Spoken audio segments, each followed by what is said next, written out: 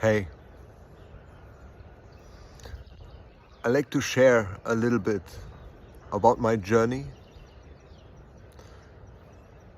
me struggling with substances.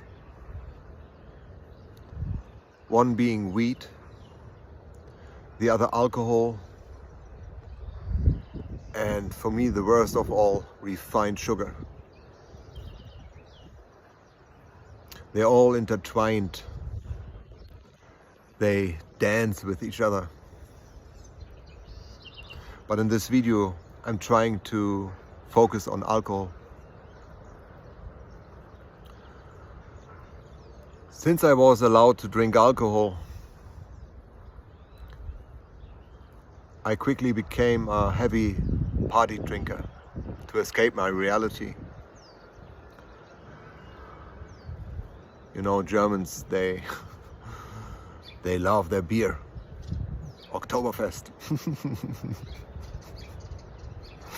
I used to drink a lot of sweet cocktails because sugar was the substance I coped with within my childhood.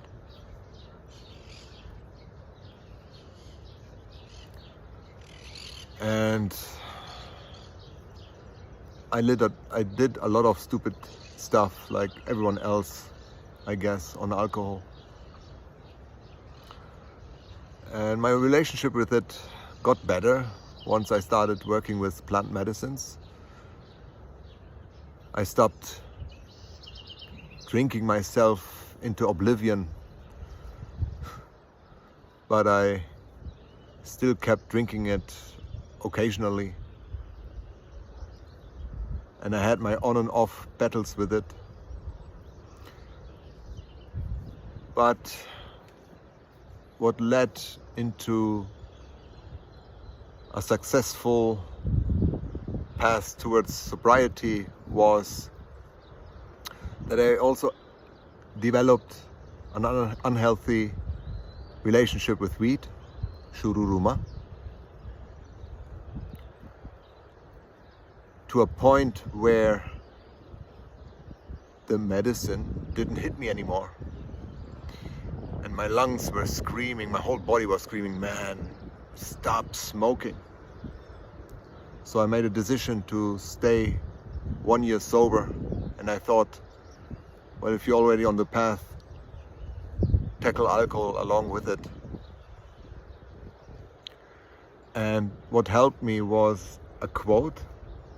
And I don't know who told me that or if I found it online, saying a big no to the substance is a big yes for you. And that landed. And I'm living in a surfer hotspot. So everybody's smoking and everybody's drinking. And every now and then, when someone handed me a joint or a drink, I said no. I remembered this quote. It became my mantra.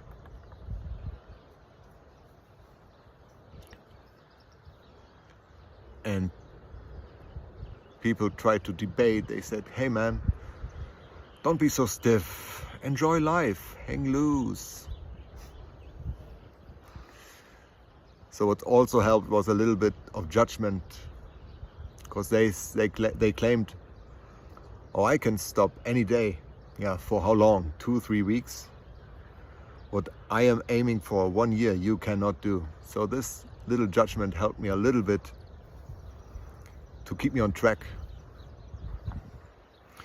And along the way, I found satisfaction in saying no. It was really empowering, reclaiming power over your behavior. And what was really interesting to observe, when you expose yourself sober to people who are drinking alcohol, you see that the plant spirit in the alcohol sense on different frequencies. You have a group who drinks beer. It's a different frequency the group acts than a group who drinks whiskey or vodka. You know, beer, hope, whiskey, reed, vodka, potato. Interesting how the plant spirit comes into the human vessel and manifests. Interesting. What also helped was someone online talking about the origin of the word alcohol, Arabic alcohol, soul-eating spirit. And for someone who is into the shamanistic spirit theme, wow, that is powerful. That's what I understood, and I might pronounce it wrong, but alcohol. And at the end of this 1 year sobriety, I wanted to celebrate it. And I'm a person who usually or tends to jump from one extreme to the other. I'm working on this and I'm getting better. But at the time I was like, man, I'm gonna celebrate my sobriety with a glass of whiskey Coca-Cola. Yes, whiskey Coca-Cola is already blasphemy, but yeah, Coca-Cola, sugar. So I bought the whiskey, I bought the Coca-Cola, I mixed the drink. I even prayed into the glass.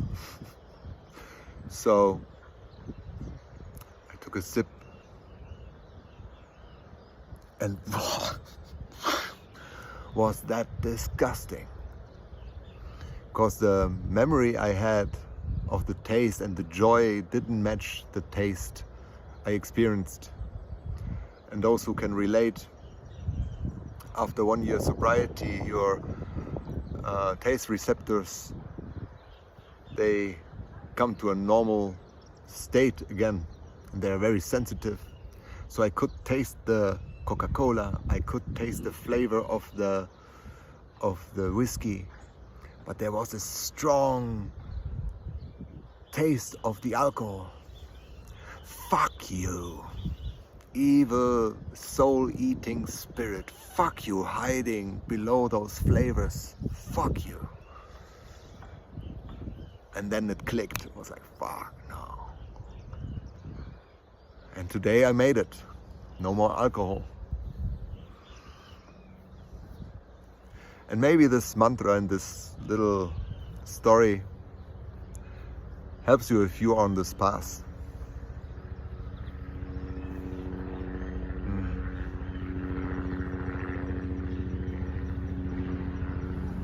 Yeah.